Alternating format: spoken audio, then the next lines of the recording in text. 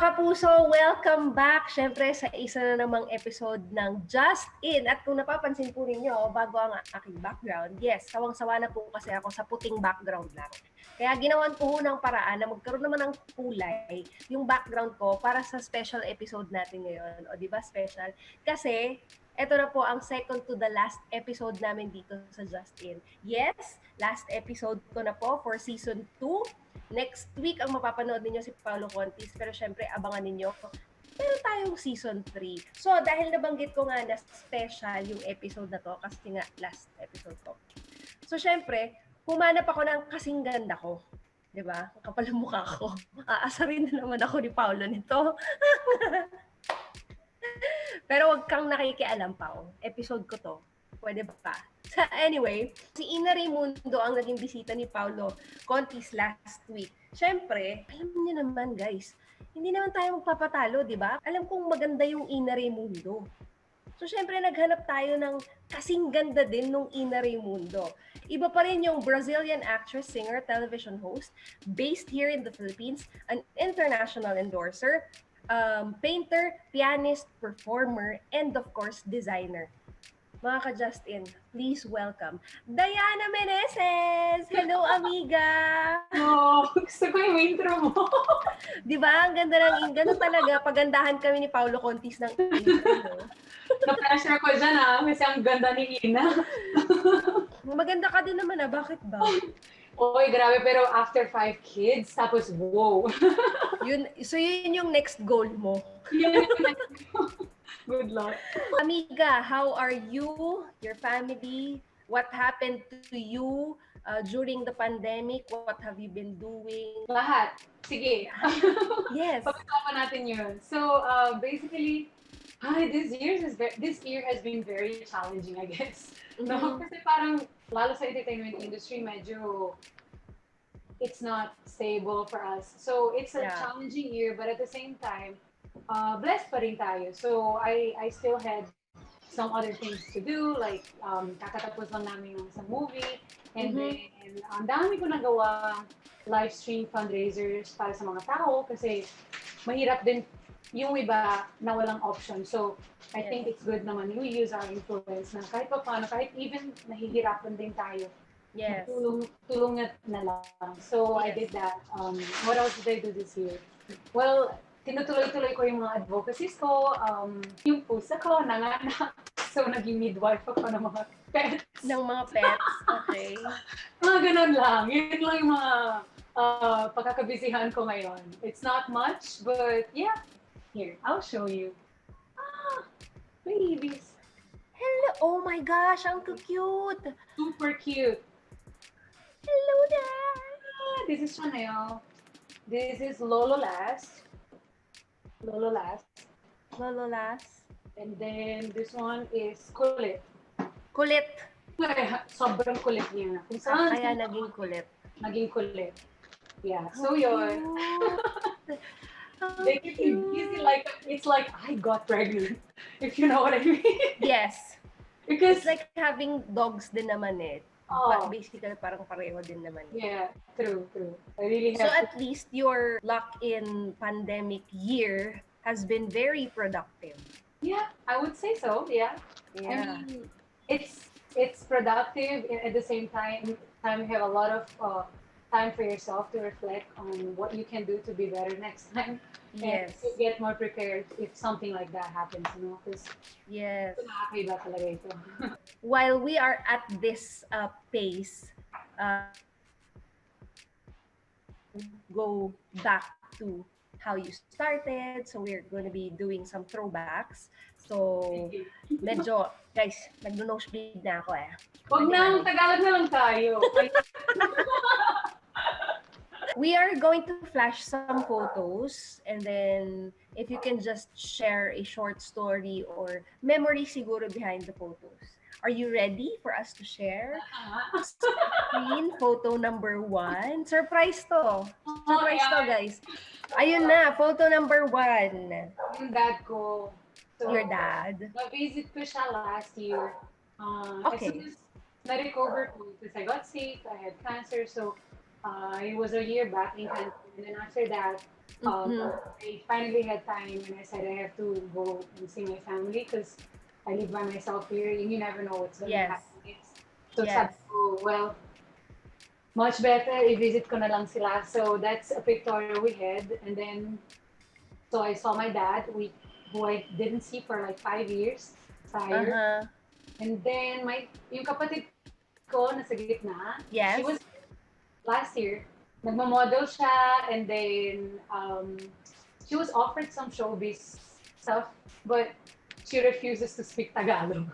Oh, okay. So, Is she younger than you or older than you? she's 20 only. Ah, younger than you. 30. Okay. Yeah. So, she was here, and then, but thank you for that question, Max. Feeling youngster na ako. Actually, hindi ka kasi mukhang... So, Go lang. sorry ha, but Go. you look younger. In the picture siguro dahil sa In the makeup. picture siguro. Oo. Sige. Pero yeah, no, yeah, like, my sister's beautiful. Ano lang, It iba lang actually- kami, iba personality, iba din yung, iba kasi, like, I'm from the first marriage. Okay. And she's from the second mom, like, yung mom niya, second mom. Okay. I call her second mom because she's my second mom. But it's like, it's really different, the upbringing. So, Yes. it's a big factor when people go to a different country and then they choose to adjust to a Mm. right? And Yes, knew yes, that's everything when they have everything at home. And that was not the same setup. So, ako, parang survival mode ako when I started. Plus, I was really in love with the Philippines. So, it was completely different. So, unfortunately, it didn't work for her because she opted to just be home or, I don't know, ayaw mag-Tagalog, ganon. Oo. Parang Pinay na ako. So, it's different. My mom, parang feeling Filipino na rin siya. This picture is actually here. She was having a photo shoot with me. Okay. She got married. Then she got married last year. She moved to Florida. And yeah, I haven't seen her for quite a while also, a year. So you've seen them last year? Yeah, 2019, January. Parang ganun. Okay, and then hopefully you'll get to see them again next year or this coming Christmas? Hopefully Christmas, if, yeah, I'm waiting for some stuff to happen before I can go. I'm also afraid because I'm a foreigner. And then if I go out, I'm not sure kung pwede ako bumalik dito kasi diba it's closed. So I don't want to take the risk na, syempre this is dito yung buhay ko eh. Oo. So, I don't want to take the risk. Yeah. So wait, it says here kasi, so as a college student, you were also an international model and a pianist and a painter. Yeah, I used to So play. you still play the piano? No, I stopped. So I stopped. I'm sure it's still there somewhere Yeah. when I start again. But yeah, that I stopped. I played for a long time when I was a child until like Wow. probably teenager. And then I've always liked to paint. I learned from my Lola who was a painter. And yeah, it's still there and it's a passion. But of course, with our busy schedule, sometimes we don't. With Yeah. pandemic, carry. Correct. A lot of Tapos, you worked with your father in your growing shoe business daw. yeah, yung dad ko kasi mayroon siya shoe business. He represents few brands in Brazil, and then he has this really massive showroom with like 5 to 7 different brands, and he a lot of people like selling those shoes to big companies. For example, he will represent a brand that will sell to all SM. Oh, Like okay. siya yung representative of the factory, and then we pass it forward to the stores. So I used to work with him, and then that's why I took fashion design on my university before I became pasaway and moved away from everybody. Before you became an artista, Oo, I became pasaway. you graduated from the New York Film Academy. Yeah, after that, so I traveled the world as a model, and then I decided to live in the Philippines. That's when I joined Eat Bulaga. So I looked for a regular job. So I auditioned and then I passed. So I stayed there for 6 years, and I resigned and I went to New York to study. So I did New York Film Academy, but just for a short course, and came back, and then that's it. And I'm still here pa rin. And you're still here. And speaking of Eat Bulaga, yes, of course. Maraming tao nakilala ka dahil sa Eat Bulaga. Yeah. So ito nga, yung next photo natin. Ito yung journey mo sa sa Eat Bulaga. Ah! Tawa ako, ang bulol ko talaga noon. Pero, yun yung gusto ng mga tao sa'yo before. I wish I knew that. Noon, nung nangyayari yun sa akin, like, sa TV ako, and then, like, magsasalita ako ng Tagalog, tapos mali, and then pinagtatawanan ako ng lahat ng audience, sa mga tao sa pinag ko. Feeling ko ang tanga-tanga ko, oh my God, bakit pinagtatawanan nila ako? Until talaga I learned that is something na gusto ng mga tao. Pero syempre, bilang I'm super patula. So, kapag may joke, maniniwala talaga ako. And then if you say something about me, talagang, really? Ganon ako, naive na ganon. So, it's always a great school for me. Yung Eat Bulaga is the biggest school that any artist can ever have, I think. Now, pag sinabing Daiana Menezes, it's always Eat Bulaga. Oo. No? So you were with Eat Bulaga for quite some time, like 2007 to 2012. Yes, 5 years and 10 months. So halos 6 years. So, wow, bilang na bilang. No, I didn't know kasi syempre, that was, I think, pinakamalaking achievement ko dito. So, there's nothing that can be. Bulaga. Oo. Diba? Oo din. Tsaka Eat Bulaga is Eat Bulaga. Okay. Dahil Daiana Menezes ka, gusto kong i-cover sa halos lahat ng magazines. Alam na yata niya kung ano yung susunod, guys.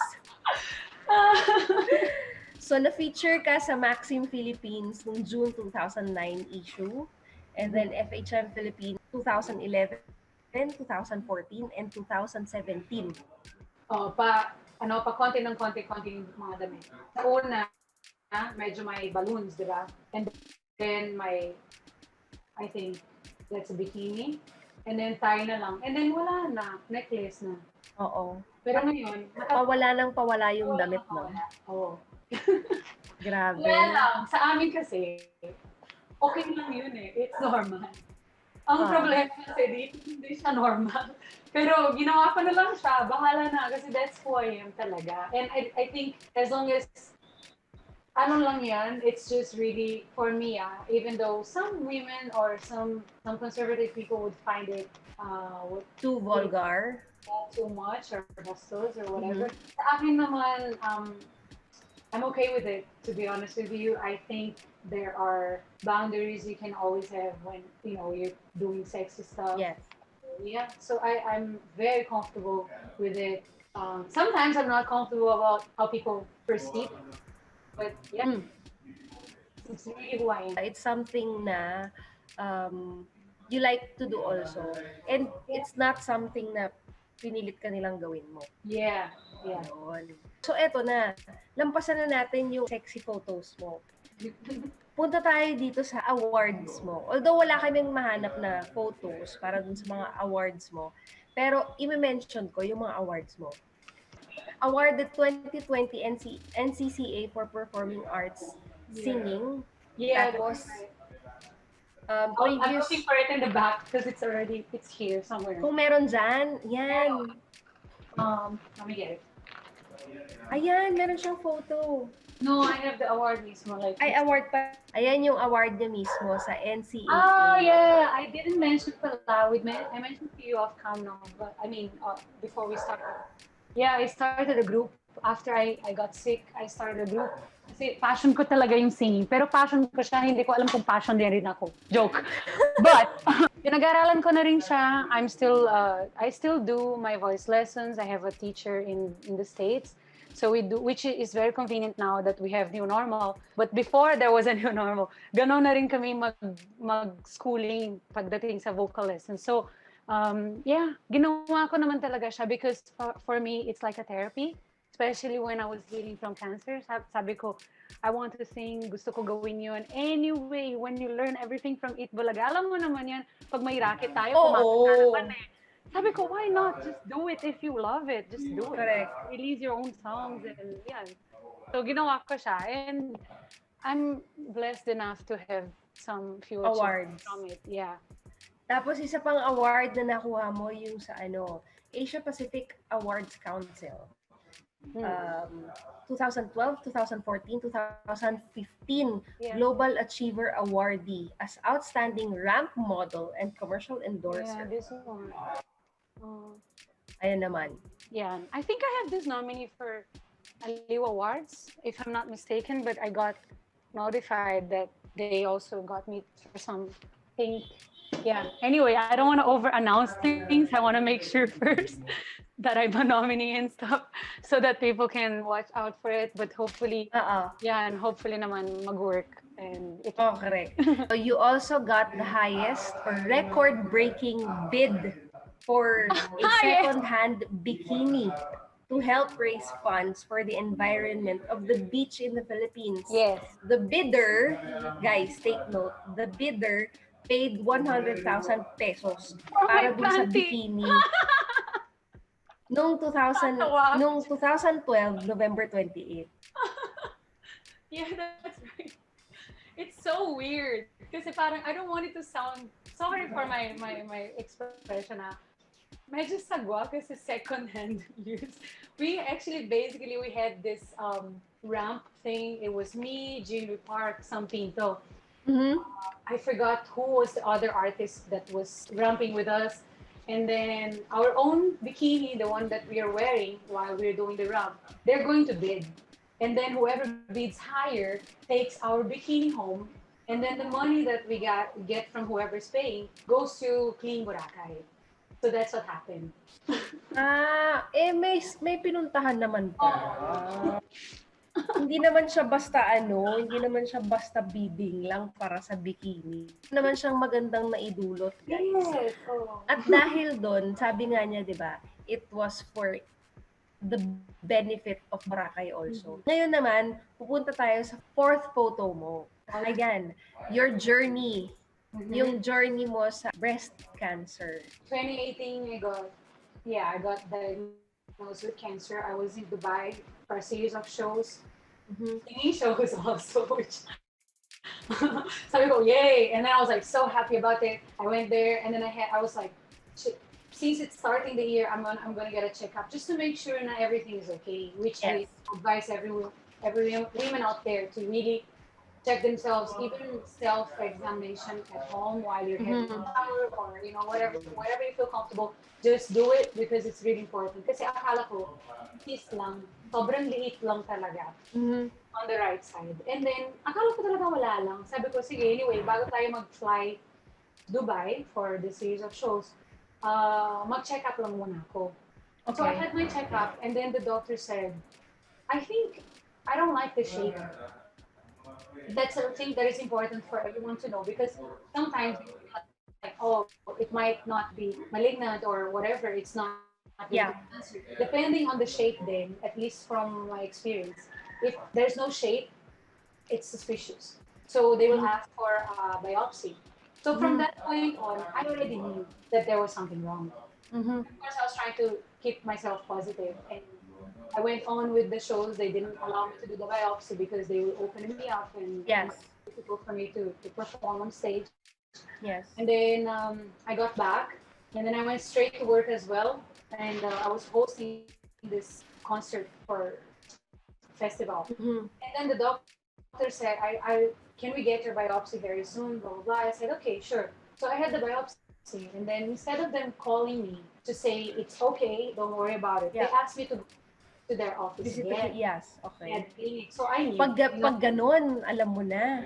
Medyo suspense. So sabi ko, so I started all my research, anong gagawin ko, if I'm really sick, I'm just 30 years old, why is this happening to me? Yes. I work out naman, and yung pala, it's a lot of stress, a lot of puyat, and a lot of wrong food that people actually take that they are not aware of.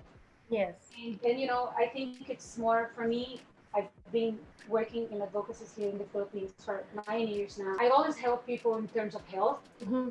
I never really took it.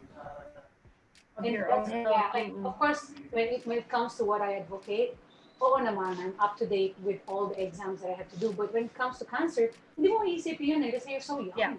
Parang, why would that happen to me? Eh, feeling mo, healthy mo eh.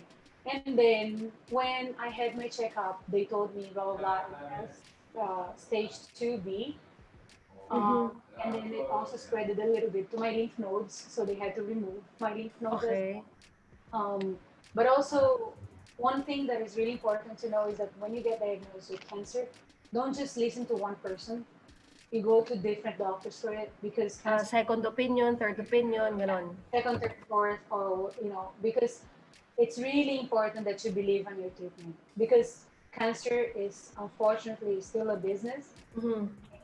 Just the same way that HIV is also a business. That's why it's really important that people will find out their status for everything. Yes. Cancer is not very different. It's just that it's a thing that it's treatable or you can make it stagnant in your body because everybody has cancer cells. Yes. And it will trigger, which I believe, it will trigger on each person probably every time your immune system is down. So you have to really, really be strong, get enough sleep, not stress. If you can get rid of toxins in your body, like have a once a month, do it. It's really important. Avoid sugar at all costs. Mm-hmm. Cancer, the cancer cells, they feed off sugar. So Feed of sugar, yes. So me, I haven't eaten sugar for the past 2 years, and I don't think I will go back to eating sugar again because I don't want to have the experience that I had with cancer. And yeah, there's a lot of things that you can actually do to survive and to stay healthy. And I guess this happened to me because I guess I can serve it as a lesson to other people. If I survive. That's how I see it. And you are a cancer survivor. Did you go through chemo or did you do a different I did so many different treatments, but I didn't do chemo. Oh, you did No, I not. did not. But I did some stuff that also has a little bit of damage, like on your hair that falls off. It took me a while for it to grow back. Now I'm really happy that I'm healthier and then things are. It's actually I feel more healthy now than before cancer. Nice. Because now I'm aware. I'm aware of the things that I'm doing. I'm aware of The things that you have to eat also. It's really important. Grabe, like you really don't know there are certain things that are so common and part of our daily life. They are carcinogenic, and we're just absorbing them. Things put on your skin, any chemical. And I know it's difficult. I'm not telling everybody to go natural and organic and live like that way because it's also kind of expensive to do that. Yes. But at the same time, please watch out for the things that you can avoid and just avoid them because it's more costly when you get sick. Correct. 'Di ba? Ang dami natin natutunan dun sa journey ni Daiana. Parang gusto lang maging survivor siya and she beat cancer. Yes, yun yung pinaka-importante dun eh. Yung ma-beat mo yung cancer. Whoever has questions, you guys can just message me on social media and I'll shoot her a message, guys. Open book ako. Go lang. Ayan. So, after your health, we now go to your current, kung ano na yung nangyayari sa'yo ngayon. Main host siya sa TV shows ng Pinoy Extreme dati, tsaka Super Pasabog. Yan. Tapos, Chikatitas. Ngayon, nagka-concentrate siya sa music with 8-1 group and also yung sarili niyang singles.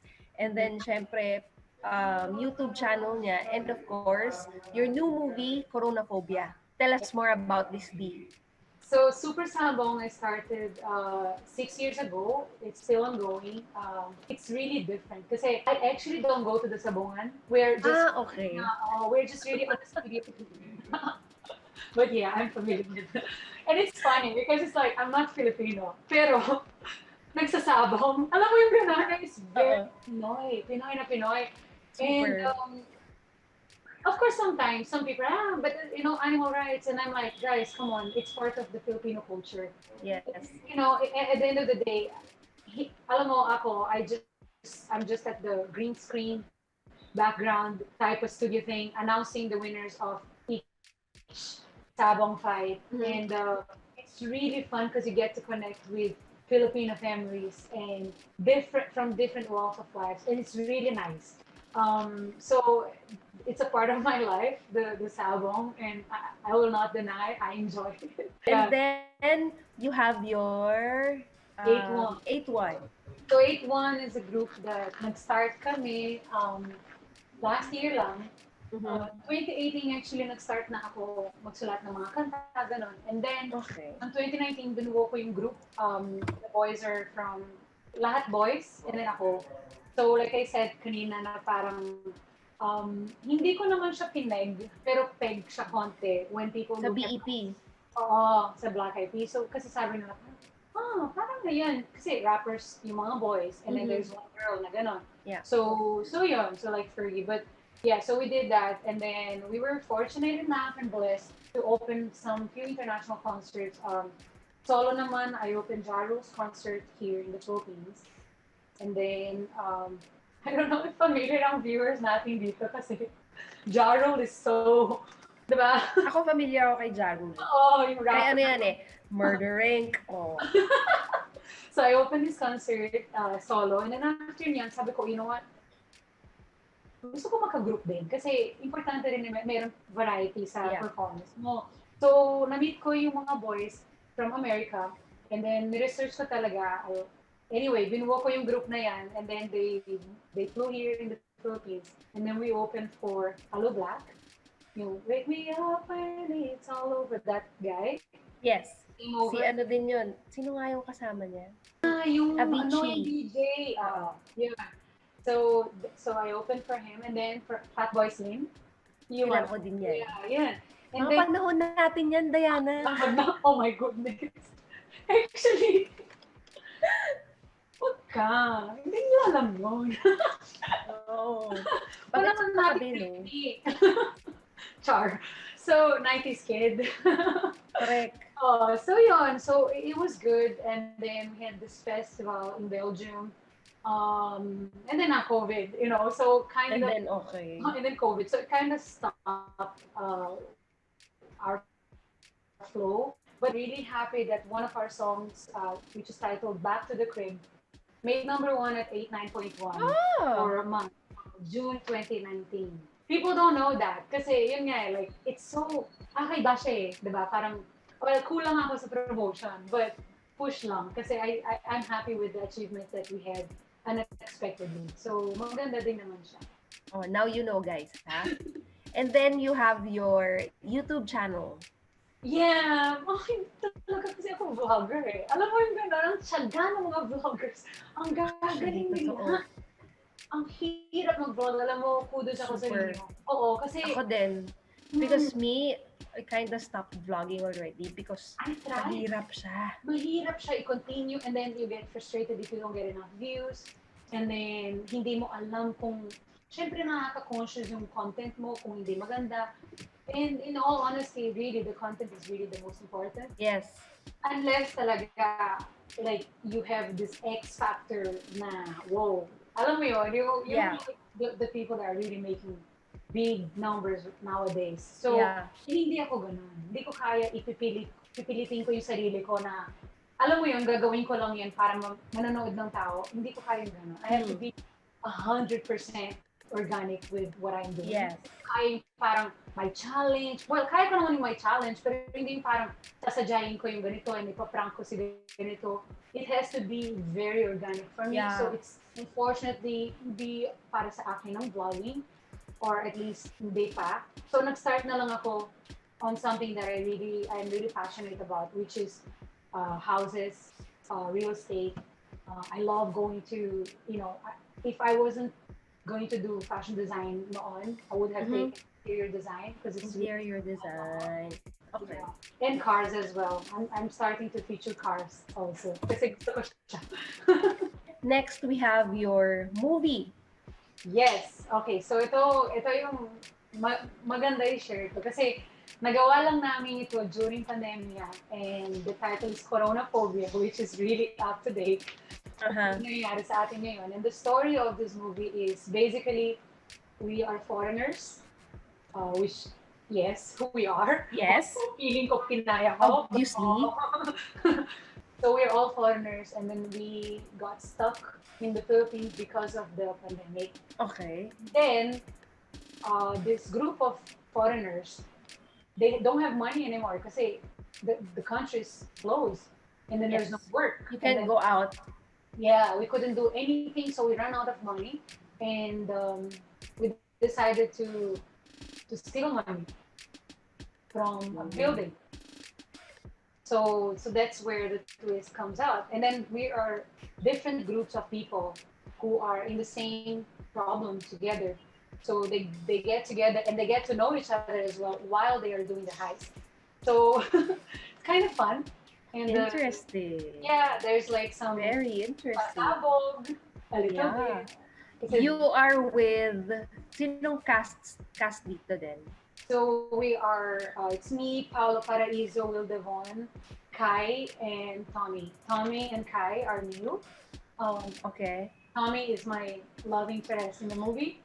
Okay. Kai is Will Devon's love interest in the movie.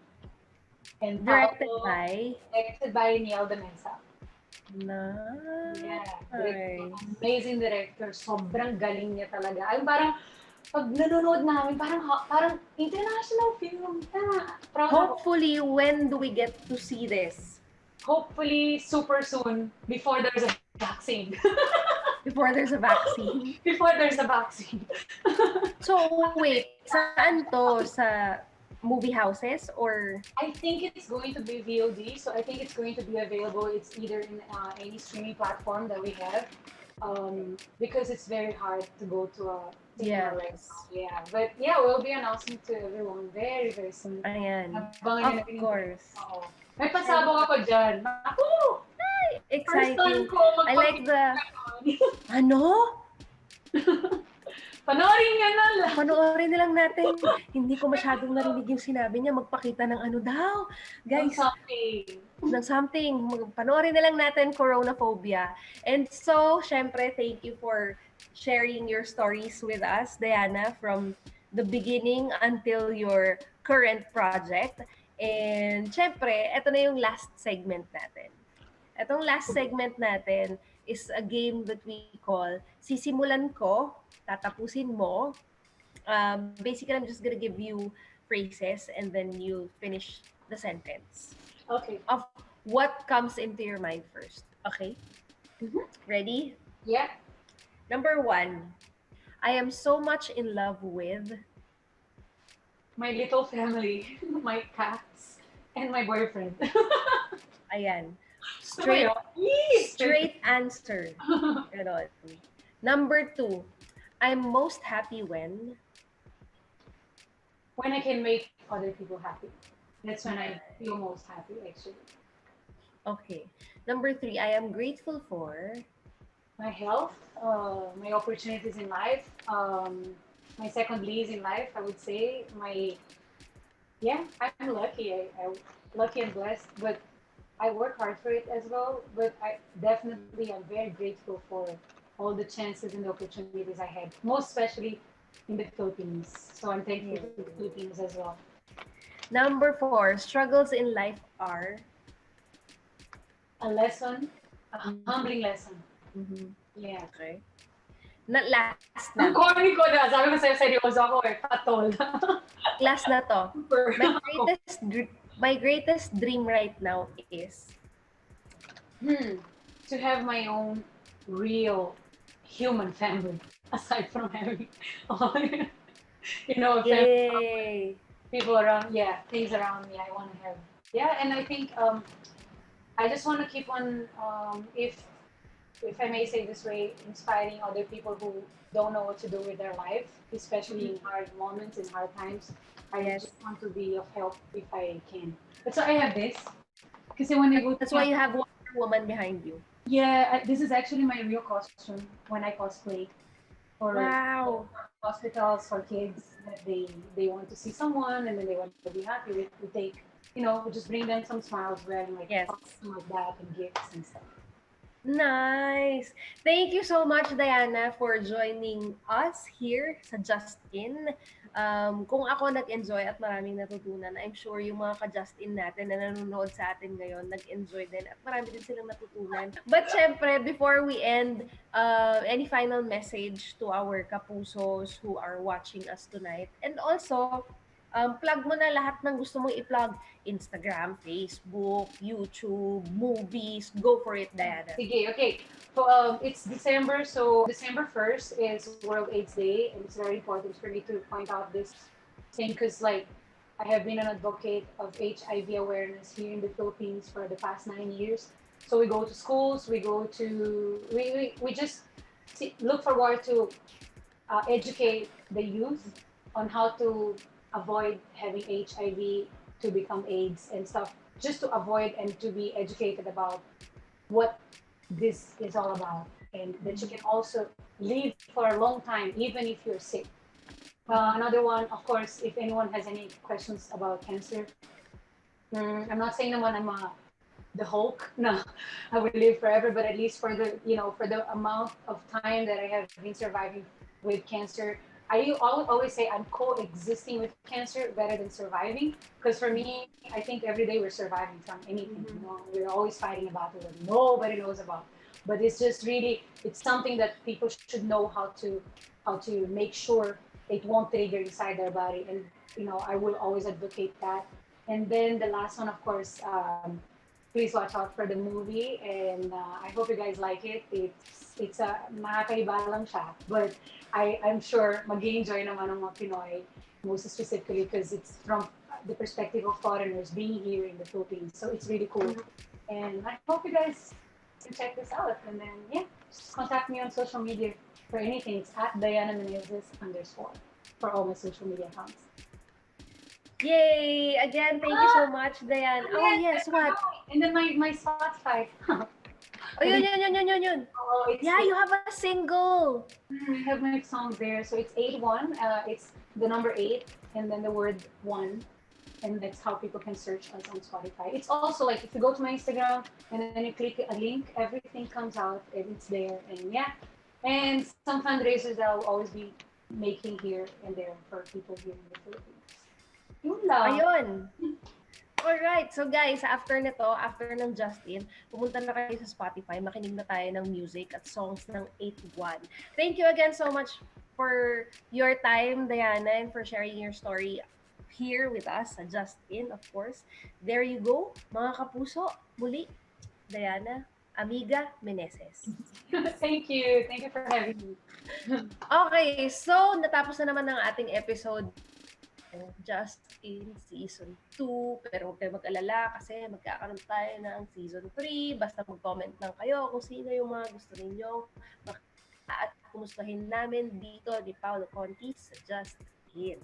Ngayon, kung hindi pa po ninyo napapanood yung previous episodes namin or na-miss ninyo yung mga ibang episodes namin, syempre, alam ko, gusto nyo maging updated kayo. Just follow, like, and subscribe GMA Artist Center's Facebook page, YouTube account, and Instagram account. And of course, also, don't forget to follow my YouTube account, my Instagram account, Vaness _ Del Moral. And until our next season, guys, Season 3, stay safe, mga kapuso. Bye!